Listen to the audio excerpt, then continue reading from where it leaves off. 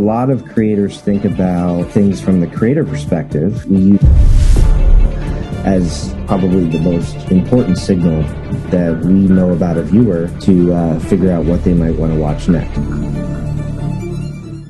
This is the single most important element that's going to determine whether somebody sees your video and whether they see it over and over again. Make sure you guys stay until the end, because I'm not only going to tell you what that element is, but also how to make it so that you can use this element to your advantage. On TikTok and YouTube, you have something called an algorithm. Let's call the algorithm Alan.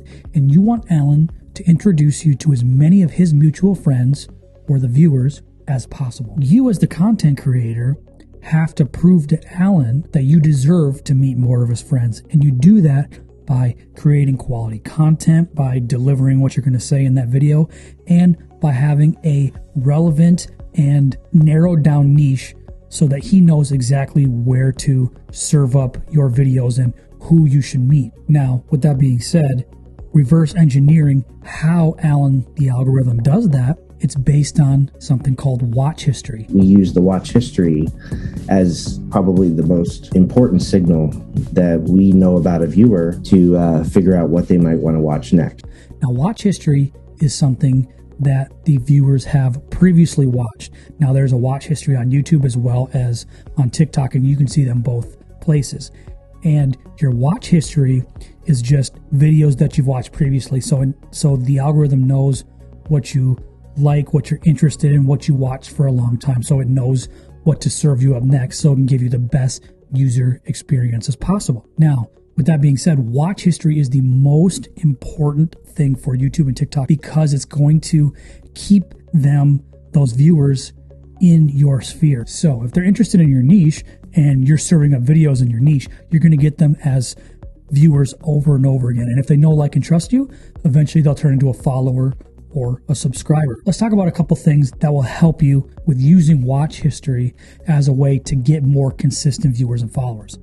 The first thing that you can use is something like Facebook groups or a Discord group or an email group where you know that these people are interested in your type of content.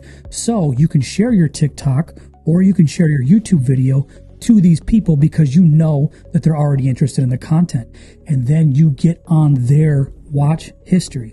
And then from there, they're going to eventually be served up more of the same content, because if you keep creating content, they're going to see more of your content. So you're going to have the algorithm working for you. So if you have those email groups or Discord groups or Facebook group or somewhere where you can share these links in order to get on somebody's watch history, that's going to be the best way to get a second chance at getting them. And then the other thing that it does is it lets the algorithm know that to try to find more people like them.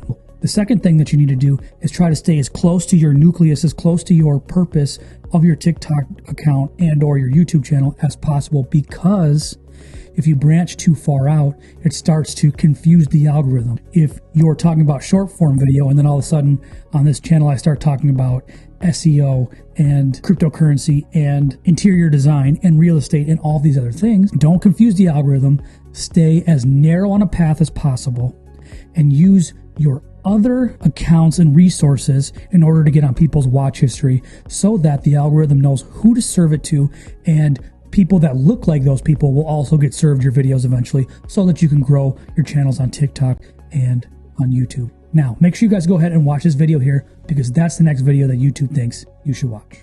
Talk soon.